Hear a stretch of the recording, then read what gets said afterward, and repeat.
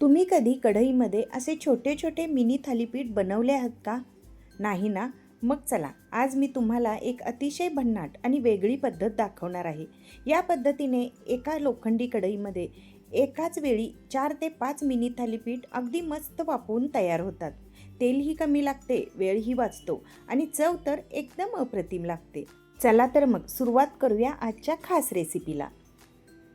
तर इथे मिक्सरच्या भांड्यात हिरव्या मिरच्या घ्यायच्या, लसणाच्या पाकळ्या, भरपूर सारा कढीपत्ता. कढीपत्त्यामुळे थालीपीठाला अप्रतिम सुगंध आणि चव येते. शिवाय तो आरोग्यासाठीही खूप फायदेशीर आहे. आता यामध्ये 1 चमचा जिरे घालायचे. आता हे सर्व अगदी बारीक वाटून घेऊया. हे बघा, आपलं छान हिरवंगार वाटण तयार झालं आहे. आता एका भांड्यात चाळलेलं ज्वारीचं पीठ घ्यायचं. आता त्याच्या निम्म भाजणीचं पीठ घ्यायचं. तुम्ही जेवढे ज्वारीचे पीठ घ्याल त्याच्या निम्मे भाजणीचे पीठ घ्यायचे. थालीपीठ म्हटलं की ओवा हवाच. ओवा पचनासाठी खूप चांगला असतो आणि थालीपीठाची चव ही अनेक पटींनी वाढवतो.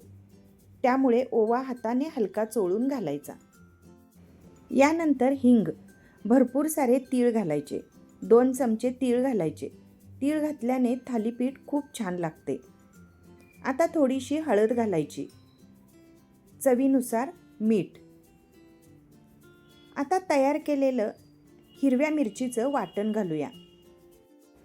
आता बारीक चिरून घेतलेली ताजी कोथिंबीर घालून सर्व साहित्य आधी चमच्याने आणि नंतर हाताने एकजीव करून घेऊया. आता थोडं थोडं पाणी घालत मऊसर पीठ मळून घ्यायचं आहे.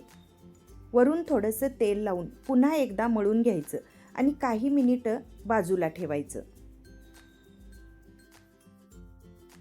आता या पिठाचे छोटे छोटे गोळे करून घेऊया. मी एकाच वेळी 4 ते 5 गोळे तयार करणार आहे. या पद्धतीने आपण गोळे तयार करून घेतले. आता एका स्वच्छ कॅरी बॅग किंवा प्लॅस्टिक शीटला हलकंसं तेल लावून घ्यायचं. आता त्यावर हे 4ही गोळे ठेवून एकाच वेळी हे गोळे थापून घ्यायचे. आजची ही खास ट्रिक म्हणजे एकाच वेळी 4ही थालीपीठ तयार करून थेट कढईमध्ये आपण ठेवणार आहोत. त्यामुळे वेळही वाचतो आणि कामही खूप सोपं होतं. तर बघा, या पद्धतीने सर्व गोळे थापून घ्यायचे आहेत. जास्त पातळही नाही आणि जास्त जाडही ठेवायचं नाही.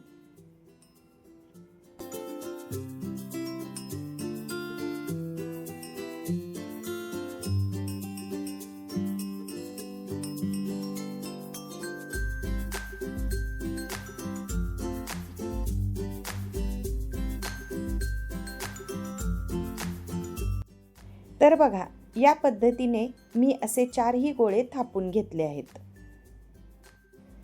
आता कढईला हलकंसं तेल लावून घ्यायचं आणि ते ब्रशने सर्व बाजूने पसरून घ्यायचं.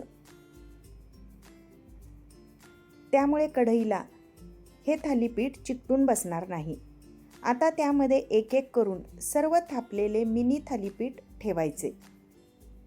प्रत्येक थालीपीठाच्या मध्यभागी छोटंसं छिद्र करा, म्हणजे वाफ व्यवस्थित पोहोचेल. आणि कडेनी थोडंसं तेल लावायचं. तेल लावून झाल्यानंतर 2 चमचे पाणी शिंपडायचं आणि झाकण ठेवून 5 मिनिटं हे थालीपीठ वाफवून घ्यायचं.